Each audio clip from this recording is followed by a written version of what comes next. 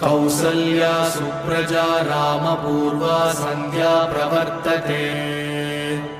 उत्तिष्ठ नरशार्दूल कर्तव्यं दैवमात्मिकम्। कौसल्या सुप्रजा रामपूर्वा सन्ध्या प्रवर्तते। उत्तिष्ठ नरशार्दूल कर्तव्यं दैवमात्मिकम्।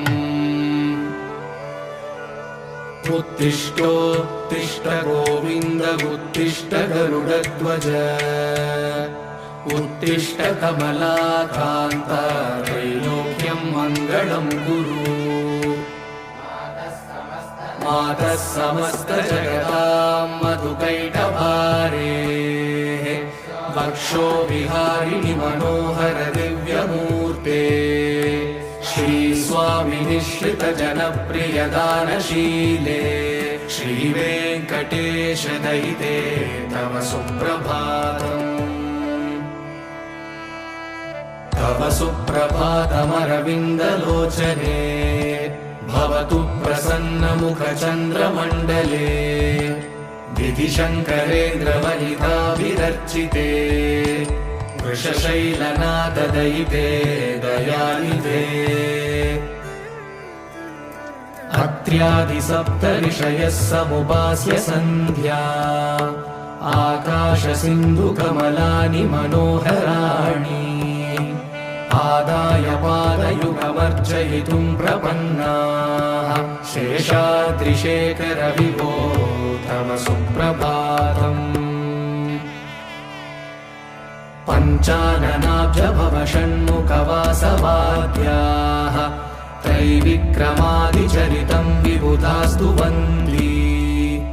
भाषापतिः पठति वासरशुद्धिमारा शेषाद्रिशेखर विभो तव सुप्रभातम्। ईषत्प्रफुल्लसरसीरुहनारिकेलफूगद्रुमादिसुमनोहरपालिकानाम् आवादिमन्दमनिलः सह दिव्यगन्धैः शेषाद्रिशेखर विभो तव सुप्रभातम्। उन्मील्यनेत्रयुगमुत्तमपञ्जरस्ताः पात्रावशिष्टकदलीफलपायसानि भुक्त्वा सलीलमतकेलिसुखाः पठन्ति शेषाद्रिशेखर विभो तव सुप्रभातम्। तन्त्री प्रकर्ष मधुरस्वनया विपञ्च गायत्यनन्तचरितं तव नारदोऽपि। भाषा समग्रमसकृत्करसाररम्यम् शेषाद्रिशेखर विभो तव सुप्रभातम्। भृङ्गावली च मकरन्दरसानुविद्धझङ्कारगीतनिनदैः सह सेवनाय निर्यात्युपान्तसरसी कमलोदरेभ्यः शेषाद्रिशेखर विभो तव सुप्रभातम्। योषागणेन वरदग्निविमध्यमाने घोषालयेषु दधिमन्थनतीव्रघोषाः रोषात् कलिं विदधते ककुभश्च कुम्भाः शेषाद्रिशेखर विभो तव सुप्रभातम्। पद्मेशमित्रशतपत्रकतालिवर्गाः हर्तुं श्रियं कुवलयस्य निजाङ्गलक्ष्म्या घेरे निनादमिव बिभ्रति तीव्रनादम् शेषाद्रिशेखर विभो तव सुप्रभातम्। श्रीमन्नभीष्टवरदाखिललोकबन्धो श्रीनिवास जगदेकदयैकसिन्धो श्रीदेवतागृहभुजान्तर दिव्यमूर्ते श्रीवेङ्कटाचलपते तव सुप्रभातम्। श्रीमन्नभीष्टवरदाखिललोकबन्धो श्री श्रीनिवास जगदेकदयैकसिन्धो श्रीदेवतागृहभुजान्तरदिव्यमूर्ते श्रीवेङ्कटाचलपते तव सुप्रभातम्। श्रीस्वामी पुष्करिणिकाप्लवनिर्मलाङ्गाः श्रेयोर्दिनो हरविरिञ्च सनन्दनाद्याः द्वारे वसन्ति वरवेत्रहतोत्तमाङ्गाः श्रीवेङ्कटाचलपते तव सुप्रभातम्। श्रीशेषशैलगरुडाचलवेङ्कटाद्रिनारायणाद्रिवृषभाद्रिवृषाद्रिमुख्या आख्यां त्वदीयवसतेरनिशं वदन्ति श्रीवेङ्कटाचलपते तव सुप्रभातम्। सेवा पराशिवसुरेश कृशानुधर्मरक्षोऽम्बुनाथ पवमानधनादिनाथाः भद्राञ्जलिप्रविलसन्निजशीर्षदेशाः श्रीवेङ्कटाचलपते तव सुप्रभातम्। धाटेषु ते विहगराज मृगाधिराज नागाधिराज गजराज हयाधिराजाः स्वस्वाधिकारमहिमाधिकमर्दयन्ते श्रीवेङ्कटाचलपते तव सुप्रभातम्। सूर्येन्दुभौमबुधवाक्पतिकाव्यसौरिस्वर्भानुकेतुदिविषत्परिषत्प्रधानाः त्वद्दासदासचरमावधिदासदासाः श्रीवेङ्कटाचलपते तव सुप्रभातम्। त्वत्पादधूलिभरितस्फुरितोत्तमाङ्गाः स्वर्गापवर्गनिरपेक्षनिजान्तरङ्गाः कल्पागमाकलनयाकुलतां लभन्ते श्रीवेङ्कटाचलपते तव सुप्रभातम्। त्वद्गोपुराग्रशिखराणि निरीक्षमाणाः स्वर्गापवर्गपदवीं परमाश्रयन्तः मर्त्या मनुष्यभुवने मतिमाश्रयन्ते श्रीवेङ्कटाचलपते तव सुप्रभातम्। श्रीभूमिनायकदयादिगुणामृताब्धे देवादिदेव जगदेकशरण्यमूर्ते श्रीमन्ननन्तगरुडादिभिरर्चिताङ्घ्रे श्रीवेङ्कटाचलपते तव सुप्रभातम्। श्रीपद्मनाभपुरुषोत्तमवासुदेव वैकुण्ठमाधव जनार्दन चक्रपाणे श्रीवत्सचिह्न शरणागत पारिजात श्रीवेङ्कटाचलपते तव सुप्रभातम्। कन्दर्पदर्पहर सुन्दर दिव्यमूर्ते कान्ताकुचाम्बुरुह कुट्मललोलदृष्टे कल्याण निर्मल गुणाकर दिव्यकीर्ते श्रीवेङ्कटाचलपते तव सुप्रभातम्। नीलाकृते कमठकोल नृसिंहवर्णिन् स्वामिन् परश्वत तपोधन रामचन्द्र शेषांश रामय गुणन्दन कल्किरूप श्रीवेङ्कटाचलपते तव सुप्रभातम्। येलालवङ्गगणसार सुगन्धितीर्थम् दिव्यं वियत्सरिति हेमघटेषु पूर्णम् धृत्वा द्यवैदिकशिखामणयः प्रहृष्टाः तिष्ठन्ति वेङ्कटपते तव सुप्रभातम्। भास्वानुदेति विकचानि सरोरुहाणि सम्पूरयन्ति निनदैः ककुभो विहङ्गाः श्रीवैष्णवा सततमर्थितमङ्गलास्ते नामाश्रयन्ति तव वेङ्कटसुप्रभातम् ब्रह्मादयः सुरवरासमहर्षयस्ते सन्तः सनन्दनमुखास्तव योगिवर्याः दामान्तिके तव हि मङ्गलवस्तुहस्ताः श्रीवेङ्कटाचलपते तव सुप्रभातम् लक्ष्मीनिवास निरवध्य गुणैकसिन्धो संसारसागर समुत्तरणैकसेतो वेदान्तवेद्य निज वैभव भक्तभोग्य श्रीवेङ्कटाचलपते तव सुप्रभातम् लक्ष्मीनिवास निरवध्य गुणैकसिन्धो संसारसागर समुत्तरणैकसेतो वेदान्तवेद्य निज वैभव भक्तभोग्य श्रीवेङ्कटाचलपते तव सुप्रभातम् इत्थं वृषाचलपतेरिह सुप्रभातम् ये मानवाः प्रतिदिनं पठितुं प्रवृत्ताः तेषां प्रभातसमये स्मृतिरङ्गभाजा प्रज्ञां परार्थसुलभां परमां प्रसूते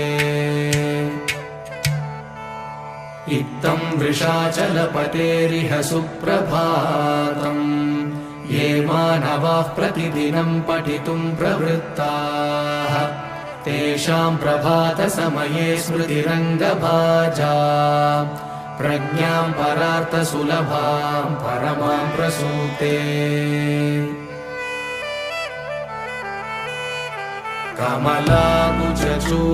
कमलाकुचूषुककुङ्कुमतो नियतारुणितातुलनीलतनो कमलायतलोचनलोकपते विजयी भव वेङ्कटशैलपते कमलाकुचूषुककुङ्कुमतो नियतारुणितातुलनीलतनो कमलायतलोचनलोकपते विजयी भव वेङ्कटशैलपते स चतुर्मुख षण्मुख पञ्चमुख प्रमुखाखिल दैवतमौलिमणे शरणागत वत्सल सारहिते परिपालय मां वृषशैलपते अतिवेलतया तव दुर्विषहैरनुवेलकृतैरपरादशतैः भरितं त्वरितं वृषशैलपते परया कृपया परिपाहि हरे अधिवेङ्कटशैलमुदारमते जनताभिमतादिगदानरता परदेवदयारहितानिरमयि कमलादयितान्नवरं कलये कलवेणुरवावशगो भवतु शतकोटिहृता स्मरकोटिसमाद् प्रतिवल्लभिकाभिमतासु कदा वसुदेवसुतान्नवरं कलये अभिरामगुणाकरदाशरथे जगदेकधनुर्धर धीरमते रघुनायक राम रमेश विभो वरदो भवदेव दयाचलते अवनीतदया कमनीयकरं रजनीचरचारुमुखाम्बुरुहम् रजनीचरराजतमो मिहिरं महनीयमहं रघुराममये सुमुखं सुहृदं सुलभं सुकरं स्वनुजं च सुखायममोघशरम् अपहाय रघुत्वहमन्यमहं न कथञ्चन कञ्चन जातु भजे विना वेङ्कटेशं ननाथो ननाथः सदा वेङ्कटेशं स्मरामि स्मरामि हरे वेङ्कटेश प्रसीद प्रसीद प्रियं वेङ्कटेश प्रयश्च प्रयश्च विना वेङ्कटेशं ननाथो ननाथः सदा वेङ्कटेशं स्मरामि स्मरामि हरे वेङ्कटेश प्रसीद प्रसीद प्रियं वेङ्कटेश प्रयश्च प्रयश्च अहं दूरदृष्टे पदाम्बोजयुग्म प्रणामे च यागत्य सेवां करोमि सकृत्सेवया नित्यसेवाफलं त्वं प्रयश्च प्रयश्च प्रभो वेङ्कटेश अज्ञानिना मया दोषान् शेषान् विहितान् हरे क्षमस्वत्वं क्षमस्वत्वं शेषशैलशिखामणे अज्ञानिना मया दोषान् शेषान् विहितान् हरे क्षमस्वत्वं क्षमस्वत्वं शेषशैलशिखामणे ईशानां जगतोऽस्य वेङ्कटपतेर्विष्णोर्परां प्रेयसीं तत्वक्षस्थलनित्यवासरसिकां तक्षान्तिसंवर्धिनी पद्मालङ्कृतपाणिपल्लवयुगां पद्मासनस्तां श्रियं वात्सल्यादिगुणोज्ज्वलां भगवतीं वन्दे जगन्मातरम् ईशानां जगतोऽस्य वेङ्कटपतेर्विष्णोर्परां प्रेयसीं तत्वक्षस्थलनित्यवासरसिकां तक्षान्तिसंवर्धिनी पद्मालङ्कृतपाणिपल्लवयुगां पद्मासनस्तां श्रियं वात्सल्यादिगुणोज्ज्वलां भगवतीं वन्दे जगन्मातरम् श्रीमन्कृपाजलनिधे श्रितसर्वलोकः सर्वज्ञशक्तनथ वत्सल सर्वशेषिन् स्वामिन् सुशीलसुलभाश्रितपारिजात श्रीवेङ्कटेश शरणं शरणं प्रपद्ये श्रीमन्कृपाजलनिधे श्रितसर्वलोकः सर्वज्ञशक्तनथ वत्सल सर्वशेषिन् स्वामिन् सुशीलसुलभाश्रितपारिजात श्रीवेङ्कटेश शरणं शरणं प्रपद्ये आनूपुरार्पितसुजातसुगन्धिपुष्पसौरभ्यसौरभकरौ समसन्निवेशौ सौम्यौ सदानुभवनेऽपि नवानुभाव्यौ श्रीवेङ्कटेश शरणं शरणं प्रपद्ये सद्यो विकासि समुदित्वरसान्द्रनागसौरभ्यनिर्भरसरोरुहसाम्यवार्ताम् सम्यक्षु साहसपदेषु विलेखयन्तौ श्रीवेङ्कटेश शरणौ शरणं प्रपद्ये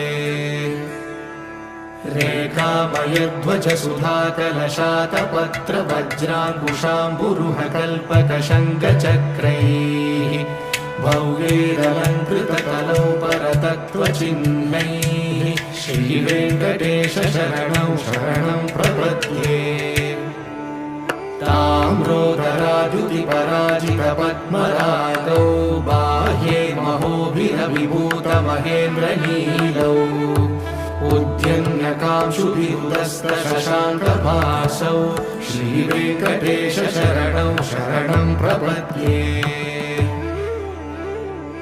सप्रेमगीतिकमलाकरपल्लवाभ्यां संवाहनेऽपि सपदि क्लबमादधानौ कान्ता भवान् मनसगोचरसौ कुमार्यौ श्रीवेङ्कटेश शरणं शरणं प्रपद्ये लक्ष्मीमही तदनुरूप निजानुभावनीलादिदिव्यमहिषीकरपल्लवाहनाम् आरुण्यसङ्क्रमणतः किल सान्द्ररागौ श्रीवेङ्कटेश शरणौ शरणं प्रपद्ये नित्यानमद्विति शिवादिकिरीटकोटिः प्रद्युक्तदीप्तनवरत्नमहः प्ररोहैः नीराजनाविधिमुदारमुपाददानौ श्रीवेङ्कटेश शरणौ शरणं प्रपद्ये विष्णोपदे परम इत्युदितः प्रशंसौ यौ मध्ववुत्स इति भोग्यतयाभ्युपातौ भूयस्ततेति तव पाणितलः प्रदिष्टौ श्रीवेङ्कटेश शरणौ शरणं प्रपद्ये पार्थाय तत्सदृशसारथिना त्वयैव यौ दर्शितौ स्वचरणौ शरणं व्रजेति भूयोऽपि मह्यमिह तौ करदर्शितौ ते श्रीवेङ्कटेश शरणौ शरणं प्रपद्ये मन्मूर्तिकालियफणे विकटाटवेषु श्रीवेङ्कटाद्रिशिखरे शिरसिश्रुतीनाम् चित्तेऽप्यनन्यमनसां सममाहितौ ते श्रीवेङ्कटेश शरणौ शरणं प्रपद्ये अम्लानहृष्यतवनीतलकीर्णपुष्पौ श्रीवेङ्कटाद्रिशिखराभरणायमानौ आनन्दिताखिल मनोनयनौ तवैतौ श्रीवेङ्कटेश शरणौ शरणं प्रपद्ये प्रायः प्रपन्नजनता प्रथमावताह्यौ मातुस्तनाभिवशिशोरमृतायमानौ प्राप्तौ परस्परतुलामतुलान्तरौ ते श्रीवेङ्कटेश शरणौ शरणं प्रपद्ये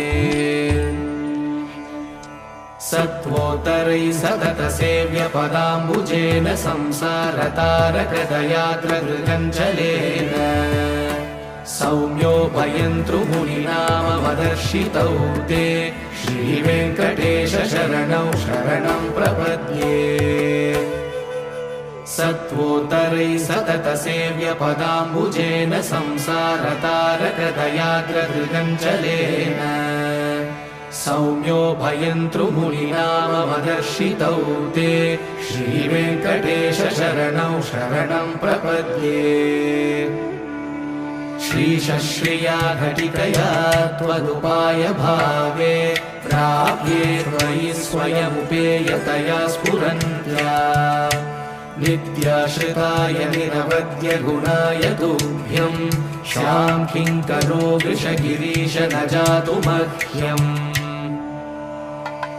श्रीशश्रिया घटिकया त्वदुपाय भावे प्राप्ये त्वयि स्वयमुपेयतया स्फुरन्त्या नित्याश्रिताय निरवद्य गुणाय तुभ्यं शां किङ्करो वृषगिरीश न जातु मह्यम्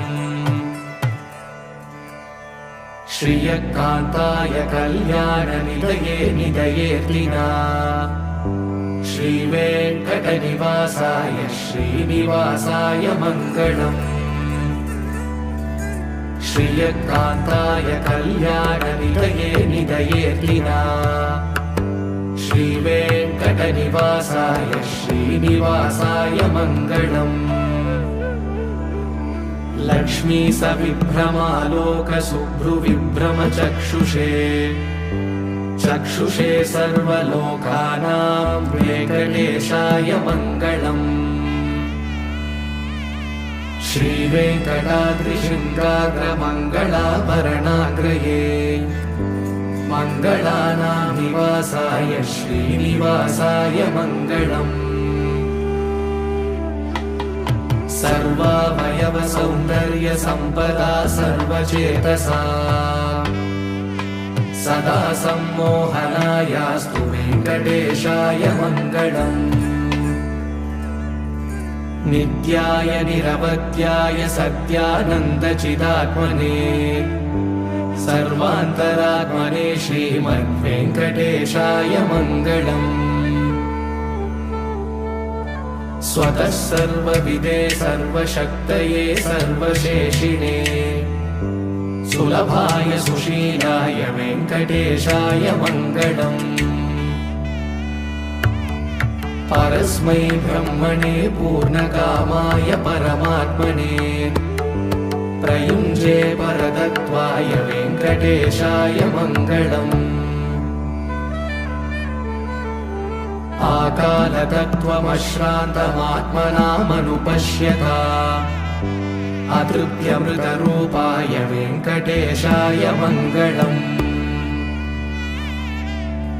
प्रायस्वशरणौ पुंसां शरण्यत्वेन पाणिना कृपया दिशते श्रीमद्वेङ्कटेशाय मङ्गलम्। दयामृततरङ्गिण्यास्तरङ्गैरिव शीतलैः अपाङ्गैः सिञ्चते विश्वं वेङ्कटेशाय मङ्गलम्। सद्भूषाम्बरहेतीनां सुषमावहमूर्तये सर्वार्तिशमनायास्तु वेङ्कटेशाय मङ्गलम्। श्रीवैकुण्ठविरक्ताय स्वामि पुष्करिणीतटे रमया रममाणाय वेङ्कटेशाय मङ्गलम्। श्रीवैकुण्ठविरक्ताय स्वामि पुष्करिणीतटे रमया रममाणाय वेङ्कटेशाय मङ्गलम्। श्रीमत्सुन्दरजामातृमुनिमानसवासिने सर्वलोकनिवासाय श्रीनिवासाय मङ्गलम्। श्रीमत्सुन्दरजामातृमुनिमानसवासिने सर्वलोकनिवासाय श्रीनिवासाय मङ्गलम्।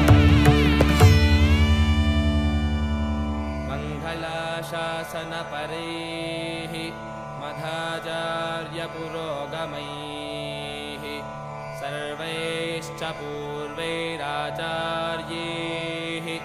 सत्कृतायास्तु मङ्गलम्।